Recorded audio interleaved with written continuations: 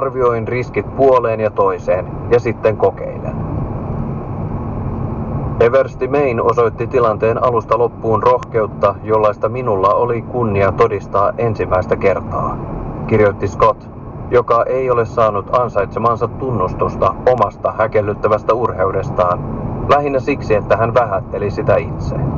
Oma osuuteni ei siinä ollut nähdäkseni maininnan arvoinen, hän sanoi myöhemmin.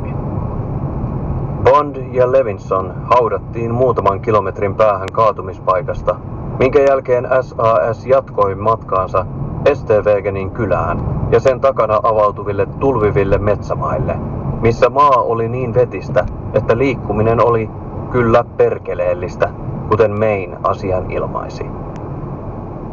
Huhtikuun 11. päivän iltapäivällä he olivat enää 55 kilometrin päässä Bremenistä. Yhtäkkinen granaatinheitin tuli palauttaa